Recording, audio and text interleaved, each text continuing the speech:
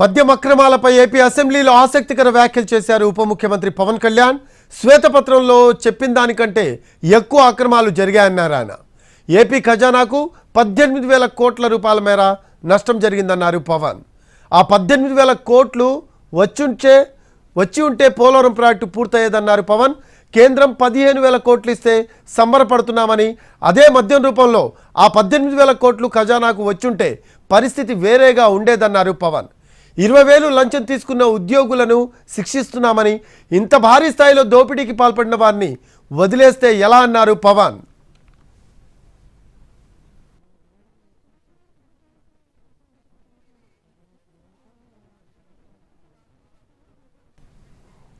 AP అసెంబ్లీలో BJP floor leader Vishnukumar Raju ఆసక్తికర వ్యాఖ్యలు చేశారు. చంద్రబాబు విడుదల చేసిన శ్వేతపత్రం వాస్తవాలకు దూరంగా ఉందన్నారు.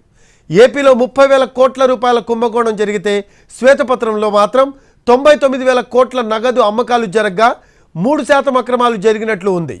ఈ శ్వేతపత్రం చూస్తే జగన్ సంబరపడతారన్నారు.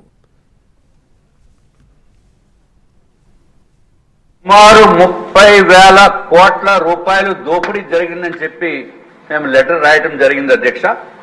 ఇప్పుడు ఈ ప్రెజెంటేషన్ లో అదర్ ఎలిగేషన్స్ అండ్ ఎక్స్టార్షన్ అనేది కేవలము 3,113 కోట్ల కింద ఎస్టిమేట్ చేయటం జరిగింది అధ్యక్ష. ఇది వాస్తవానికి చాలా చాలా దూరంగా ఉంది అధ్యక్ష. ఈ ఫిగర్ ని చూసి జగన్మోహన్ రెడ్డి గారు చాలా సంతోషపడిపోతారు, ఎవరు నన్నేం పట్టుకోలేకపోయారని.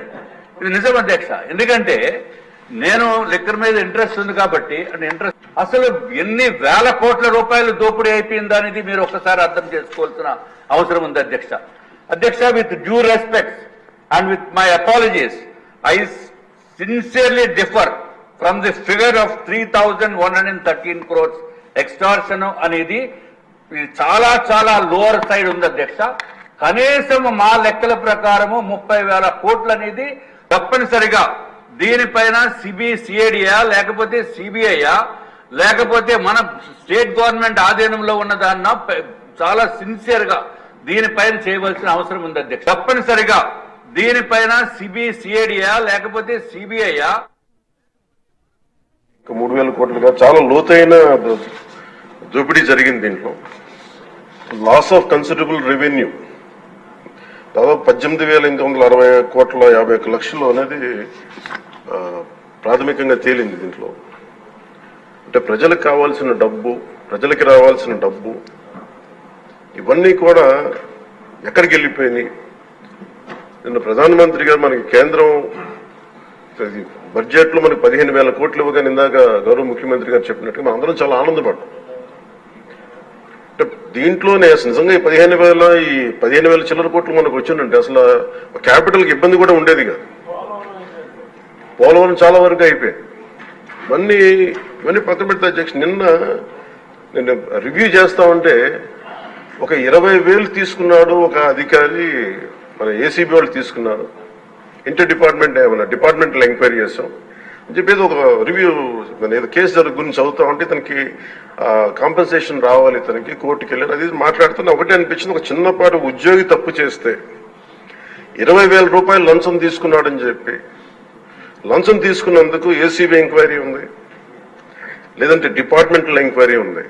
అలాంటిది రాష్ట్ర వ్యవహారాలు నడిపే ముఖ్యమంత్రి కానీ వారి సంబంధిత సభ్యులు కానీ స్టేట్ ఎక్స్చెకర్ కి 18,860 కోట్ల రూపాయలు పైచులకు ప్రప్రథమంగా ఇక్కడే మనకు తేలుతా ఉంటే వీళ్ళు శిక్ష పడకుండా ఎలా తప్పించుకుంటారు? శిక్ష పడాలి. మనకి నైతిక బలం, నైతిక హక్కు ఎలా ఉంటుంది అధ్యక్ష? మనకి విష్ణుకుమార్ రాజు గారు చెప్పినట్టుగా ఇది